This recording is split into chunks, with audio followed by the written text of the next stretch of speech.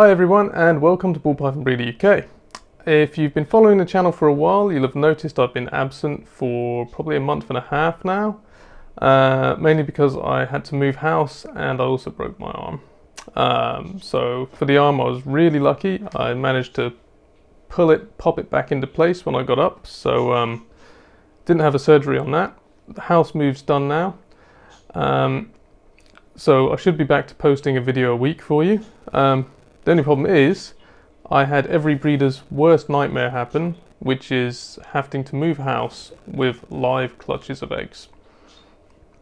Okay, and to me these eggs look good, but they were driven across town. The incubator was turned off for a couple of hours, well maybe a bit less than a couple of hours, but I had to keep them with a warm box next to them and transport them in the car and all that kind of stuff. So they've had more disruption than any clutch of eggs ever should. But right now they look pretty good. And that is what brings me to this video about candling ball python eggs. Because normally I really don't candle very often, but on this occasion I do need to have a look at these eggs and see if they're alive. Fortunately they're looking pretty good from the outside. All the signs are good, so I'm quite confident they will actually be alive. But basically, candling eggs means holding up a candling light, which I'll show you in a minute, to the egg in a dark room, preferably at night if you can. I haven't been able to do that because I've got parakeets here which sleep at about 6 p.m. But yeah, it's basically holding up a very small LED light, not an exceptionally intense one, but a small one which you can completely apply to the surface of the egg. So the light goes in and illuminates the egg. And that is really the best kind of surefire way to see if eggs are actually alive. So as I've explained why I'm candling these eggs, I just wanted to say at this point that this is something to be done occasionally. Maybe a couple of weeks after they're laid to make sure your incubator's functioning well. It's not something to be done every few days. If you candle your eggs too often, you probably will mess them up as well. So it's a tool to use sparingly. But after I've candled the eggs, I'm going to give you some clues to tell whether eggs are alive or dead without candling them too. So before I go on for too long, let's go to a couple of clutches. I'll candle them quickly and then I'll come back and summarize. So let's remove the lid,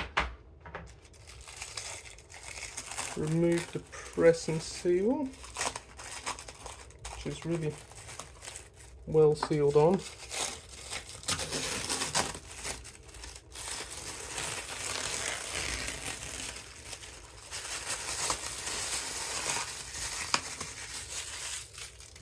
And use our tissue to remove water off the egg, just to make sure none of them are getting too wet. And then replace a bit of water that we've lost from the drips so that they've got enough going forwards. Just with a couple of spoonfuls of filtered water. And then have a look with our candling light by placing it on the egg. And as you can see, it's hard to see. There are veins in there and an embryo in the bottom, which is even moving. Is it moving? Mm-hmm. More veins there. Veins in that one, and that one, and that one. They are there, but it's hard to see because it's a bit too light in here, really. But yeah, they've all got veins and embryos in. And there you go, that's how you know they're alive.